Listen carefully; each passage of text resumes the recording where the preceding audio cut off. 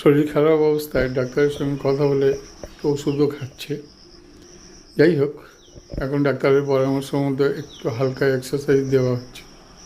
উপর নিচ করে ডানাটা যদি একটু ছড়াতে পারে হয়তো তাড়াতাড়ি একটু রিকভারি হতে পারে। দেখা যাক কত তাড়াতাড়ি রিকভারি হয়। আসলে এদের আয়ু তো অনেক, 11-12 বছর তো বাঁচেই। আর এই চঞ্চল স্বভাবের পাখিটা এত ঠান্ডা হয়ে থাকলে আমাদেরও মোটেই ভালো লাগছে না। এরা আফ্রিকা, ইন্দোনেশিয়া, এশিয়ার বিভিন্ন অঞ্চলে প্রচুর পরিমাণে দেখা যায়। নিচু ঝোপঝাড় এরিয়া বলতে থাকতে বেশি পছন্দ করে। আর খাওয়া দাওয়া বলতে মূলত ফল ইত্যাদি খায়, আর পোকামাকড় প্রচুর খায়। প্রোটিনের প্রয়োজনটা পোকামাকড় দিয়ে মিটে যায়, কিন্তু এখানে সেইটার অভাব খুবই হচ্ছে। প্রোটিন খাওয়ানো খুব একটা হচ্ছে না।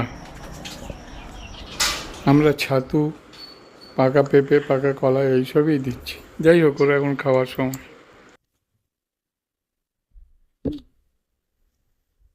একটা ব্যাপার লক্ষ্য করছি, সারা রাত বিশ্রাম বা ঘুমের পরে ভোরবেলায় ওকে যেন খুব খারাপ অবস্থায় দেখি।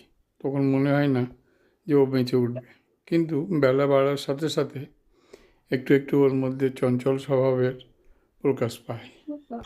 আর একটা সমস্যা হচ্ছে, এরা কখনোই টয়লেটের উপরে শুয়ে থাকে না। কিন্তু এখন দুটো পা ইনঅ্যাক্টিভ হওয়ার জন্য ও সারা রাত কেটে যাওয়ার পরে ভোরবেলা দেখি ওরা টয়লেটে নিয়ে যেন ঘাঁটাঘাঁটি করে শুয়ে আছে। এটা ওদের ছোটোবেলা থেকেই অভ্যাস আমরা দেখেছি, যে ওরা টয়লেট করার সময় একটুখানি পিছিয়ে গিয়ে টয়লেট করে তারপরে এগিয়ে আসে। কিন্তু এখন তো পাটা ইনঅ্যাক্টিভ, দুটো পাই প্রায় ইনঅ্যাক্টিভ, তাই ওই ঘটনাটা আর ঘটছে না। ফলশ্রুতিতে টয়লেটটা করেই ওর উপরে থেকে যাচ্ছে, আমরা পরিষ্কার করার চেষ্টা করছি। এই মুহূর্তে হ্যান্ডিক্যাপ্ট অবস্থাতেও কসরতটা চালিয়ে যাচ্ছে, নিজে নিজেই আপন মনে পালক পরিষ্কার করে যাচ্ছে। করুক, যত বেশি কসরত করবে ততই হয়তো সুস্থ হয়ে উঠবে তাড়াতাড়ি। হ্যাঁ,